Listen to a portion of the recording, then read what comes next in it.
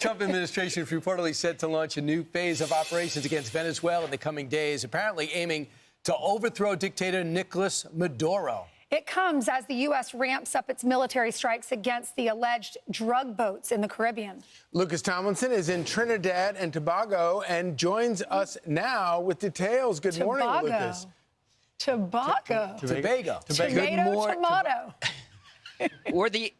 Or the island of Trinidad. That works, too. Good morning, Charlie, Ainsley, and Brian. New warnings from the FAA have canceled several flights from several foreign carriers to Venezuela after American F-18 Super Hornets, spy planes, and bombers were seen flying off the coast. And now Reuters out with a new report saying covert action could begin soon inside Venezuela. This comes after a month after President Trump authorized the CIA to conduct those operations. And here's from Reuters. Two of the U.S. officials said covert operations would likely be the first part of the new action against Maduro. The options under consideration include attempting to overthrow Maduro.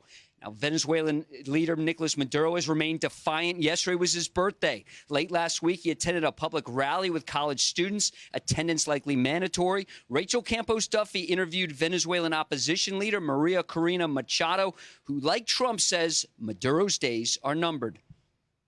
I completely trust the strategy President Trump is developing and his Secretary of State, Marco Rubio. They know very well with whom they're dealing with. I believe that Maduro will get a very clear picture of what are his options and what's the future for Venezuela. Maduro started this war. President Trump is ending this war.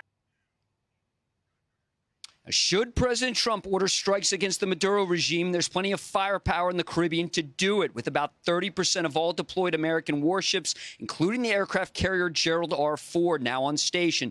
There are over 200 Tomahawk cruise missiles in theater aboard destroyers and U.S. Marines aboard the USS Iwo Jima and other amphibs in the Ready Group. Now, ahead of Thanksgiving, the U.S. military's top officer, the chairman of the Joint Chiefs of Staff, General Raisin Kane, arrived in Puerto Rico yesterday to meet the forces who are part of Operation Southern Spear. So with General Kane in the region, we'll have to see if Secretary Hegseth follows suit ahead of Thanksgiving. And one thing officials have said is some of this buildup in the Caribbean goes beyond the Maduro regime. It's about getting Russia, China, and Iran out of the Western Hemisphere, guys. And how is that not in our national interest?